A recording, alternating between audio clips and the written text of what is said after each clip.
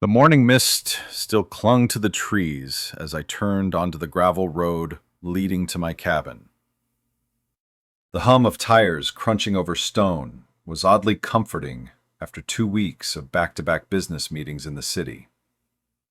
I couldn't wait to throw my suitcase in the corner, light a fire, and sip coffee on the porch while listening to the wind rustle the pines. That cabin wasn't just a second home. It was my sanctuary. I bought the secluded cabin 5 years ago after getting promoted to lead developer at a major tech company. It was nestled on 5 acres at the edge of a mountain range outside a sleepy HOA-managed neighborhood called Eagle Ridge.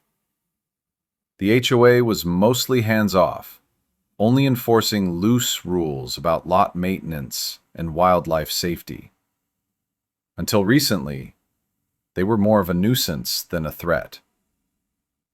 But everything changed 6 months ago when a new board president took over. Karen McAllister. A retired real estate agent in her 50s, with a frosted bob and an attitude that could scare a bear off its territory, she treated her new position like a dictatorship. Weekly newsletters turned into full-blown policy pamphlets. Fines started flying for trivial things like mailbox paint or unauthorized bird feeders. I figured I'd stay off her radar by keeping my cabin tidy and my mouth shut. I was wrong. As I pulled into my long, wooded driveway, something didn't feel right. A red SUV I didn't recognize was parked outside the cabin. A for sale sign stood crookedly at the edge of the lawn. My lawn. I slammed on the brakes and stared at the sign. Charming 2BR Mountain Retreat. Contact Karen McAllister. Eagle Ridge Realty. I blinked. I got out slowly, heart pounding, phone already in hand. The porch light was on. There were potted plants where my rocking chairs had been. The American flag I'd kept in the shed for Memorial Day now waved proudly on the front post. The door opened, and out stepped Karen herself, wearing one of those visor hats that scream HOA energy and holding a clipboard like she was inspecting her own investment property. She froze when she saw me. "Oh," she said flatly. "You weren't supposed to be back until Monday." I narrowed my eyes. "This is my property. What the hell are you doing here?" Karen's lips pursed like she'd just tasted vinegar. This property was reported as abandoned. Under HOA Emergency Code 47-B, I had the right to secure and list the asset to preserve neighborhood value. "Abandoned?" I barked. "I've been out of town for 2 weeks. My taxes are paid." She gave a tight smile and tapped her clipboard. The HOA registry lists the current property holder as Eagle Ridge Community Holdings. The board assumed control of lots under 10% usage per year. I nearly dropped my phone. "That's not legal. That's not remotely legal." Karen reached for her phone. "You're being aggressive. I'm calling the police." I laughed until I realized she wasn't bluffing. She dialed 911. "Yes, there's a man here trespassing on private property," she said sweetly. "He's yelling at me. He looks unstable." I couldn't believe it. I wasn't just being gaslit. I was being erased. As she gave the dispatcher the address, I quietly opened my phone's camera and began recording. When she hung up, she turned to me with smug satisfaction. "They'll be here soon. You can explain yourself to them." "Oh, I will," I said, voice low and steady. "And I'll be showing them my deed." Karen's smile faltered for the first time. She watched me pull up my email, search cabin deed, March 2020, and open the certified PDF with the title clearly marked in my name. "You can't just—" "Oh, I can, and once the police see this, I'm going to call my lawyer. You're in serious trouble." She backed away slightly, but the damage was done. The sirens were already echoing down the forest road. "And Karen, She was about to learn what happens when you try to steal from someone who keeps every receipt and never forgets a betrayal. The sheriff's cruiser pulled up within minutes, red and blue lights strobing across the trees. Karen straightened her posture, clasped her hands innocently in front of her chest, and put on her best damsel in distress act. I stood in the middle of the driveway, phone in hand, recording everything. 2 deputies stepped out. One approached Karen while the other came toward me. The first wore a tan uniform with sergeant stripes on his arm. The other looked younger and a bit more skeptical of the situation. Karen launched into her story before they even got a full view of the scene. "Officers, thank you for coming so quickly.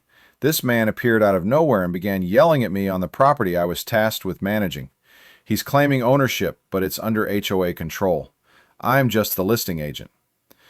The older deputy turned to me. "Sir, do you have ID and any documents to support your claim?" I nodded and handed over both: my license, my deed, and, for good measure, a recent utility bill with the cabin's address and my name in bold letters. As the deputy stepped away to inspect the documents, Karen tried to regain control of the narrative. "He's been gone for months, you understand. The HOA board voted to assume control of neglected properties.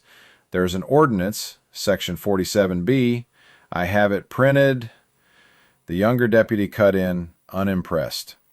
"Ma'am, 47B doesn't override property law. You're not a government entity." Karen's eyes narrowed. Meanwhile, the older deputy returned, holding my documents. "These check out. He owns this place. Title's clear, taxes paid." Karen's mouth opened and closed like a fish gasping on dry land. "No, that can't be. I submitted an emergency property transfer form to the county last week. This must be outdated." The deputy raised an eyebrow. "Submitted, maybe, but nothing's been processed. And even if it had, it wouldn't be legal without a court order or forfeiture. You'd need the owner's consent, which clearly wasn't given." I stepped in.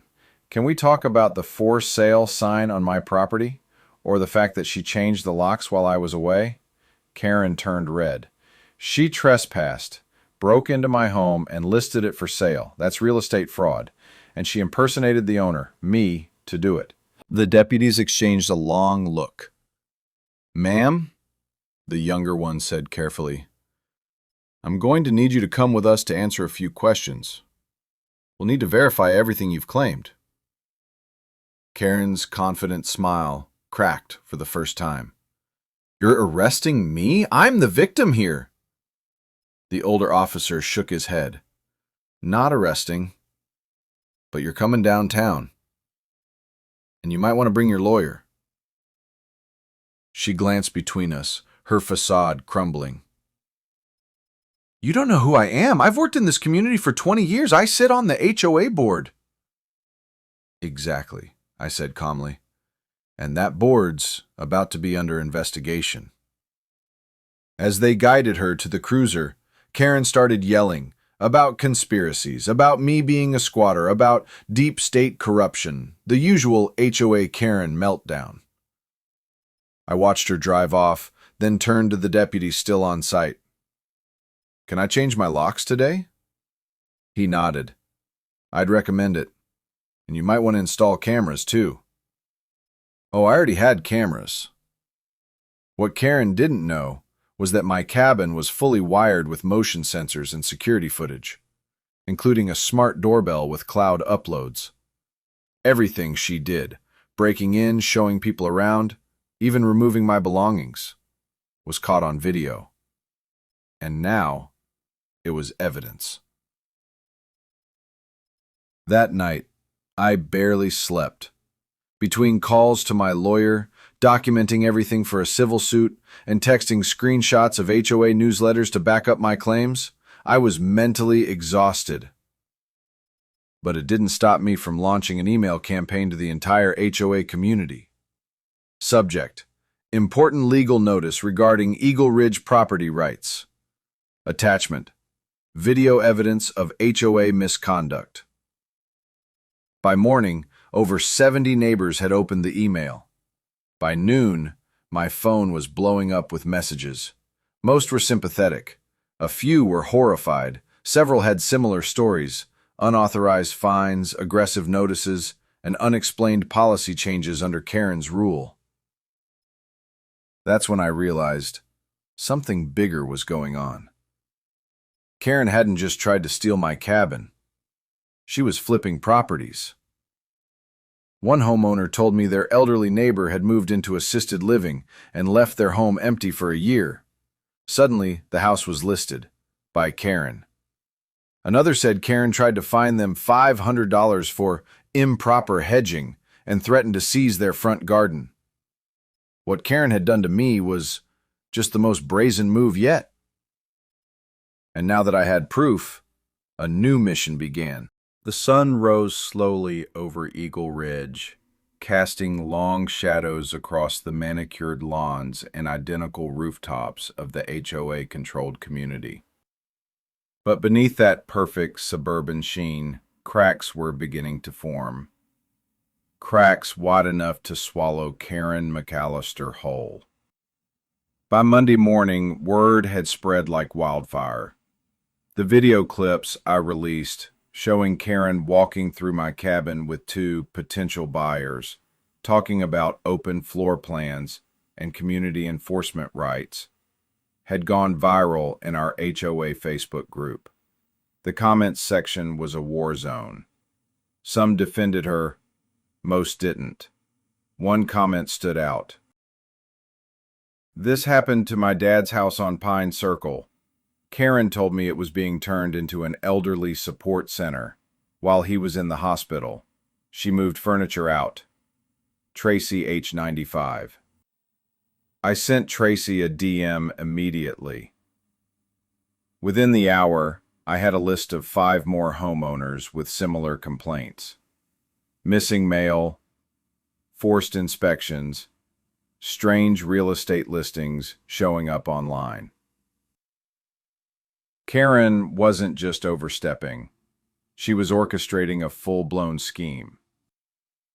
Using her HOA presidency, she'd rewritten several outdated community bylaws to allow for provisional oversight of unoccupied homes.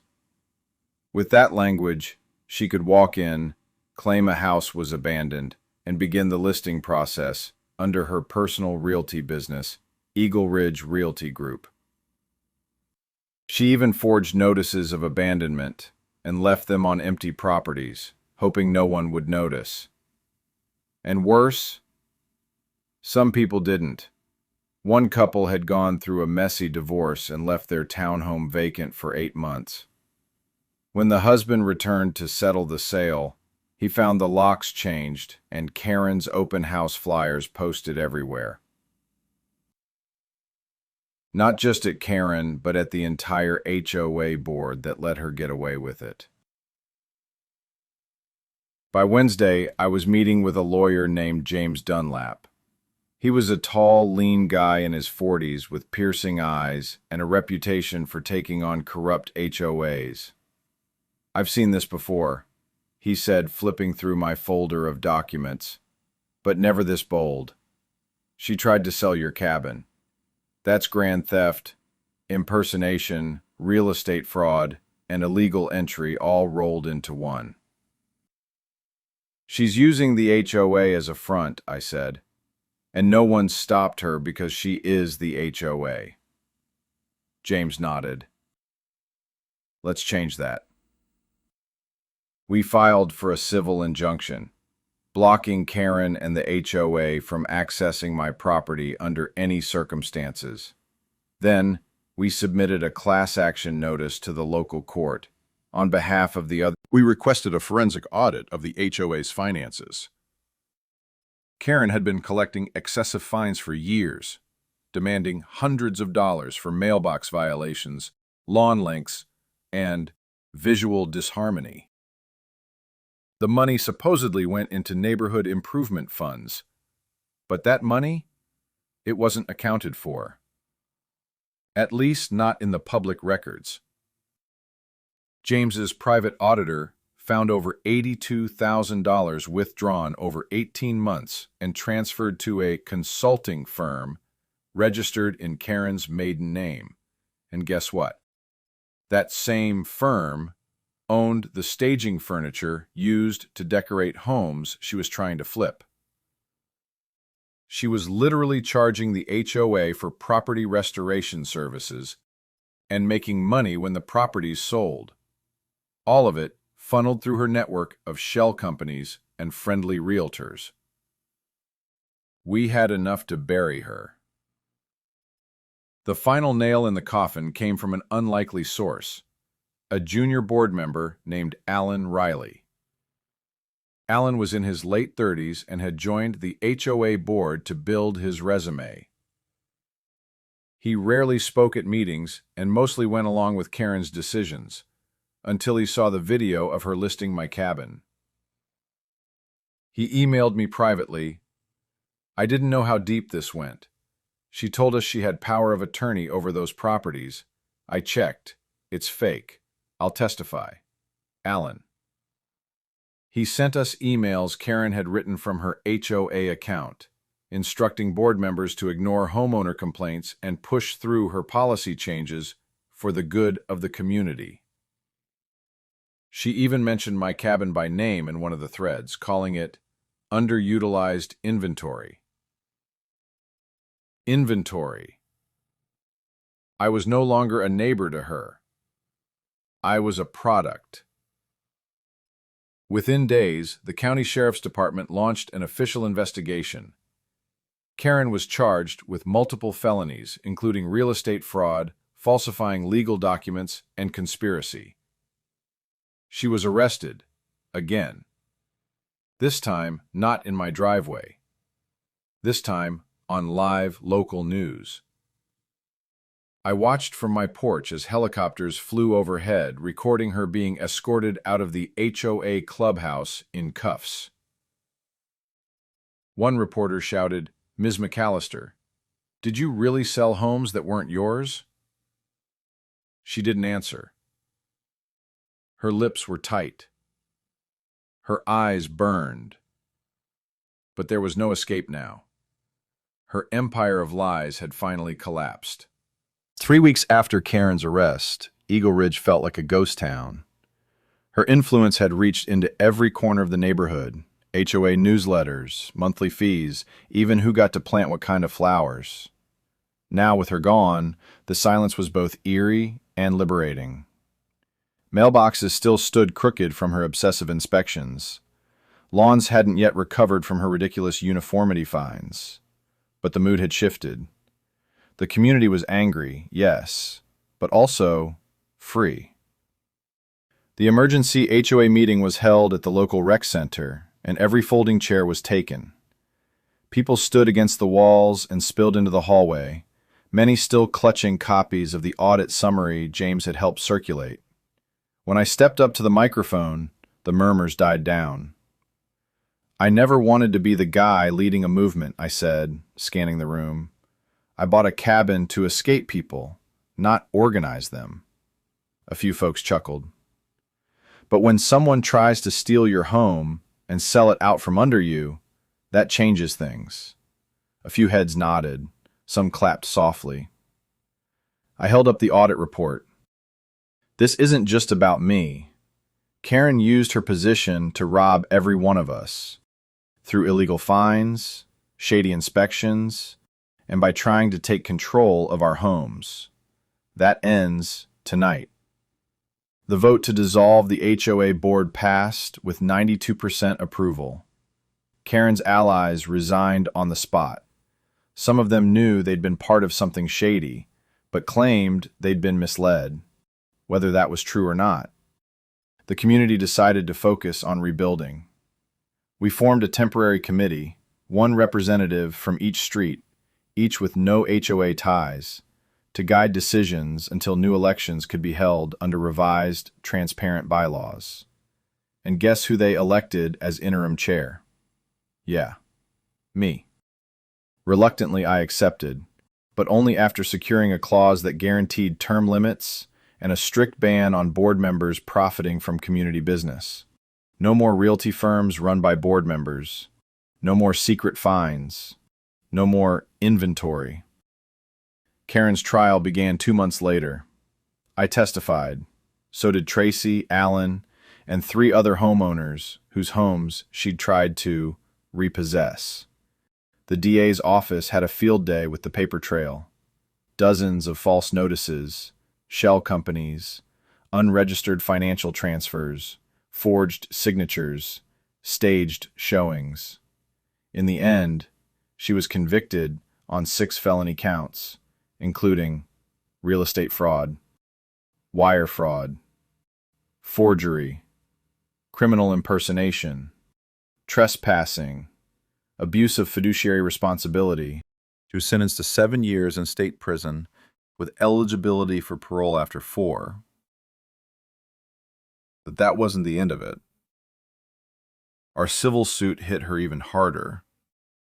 A judge awarded $1.3 million in damages to the group of affected homeowners, including $300,000 in punitive damages just to me. Karen's home, car, and realty assets were liquidated to satisfy part of the judgment. The irony? Her own property ended up in foreclosure. For the first time in years, Karen was on the receiving end of a lock change. Back in Eagle Ridge, things slowly returned to normal. We kept the HOA structure, but stripped it of its teeth. The community now voted on every major decision.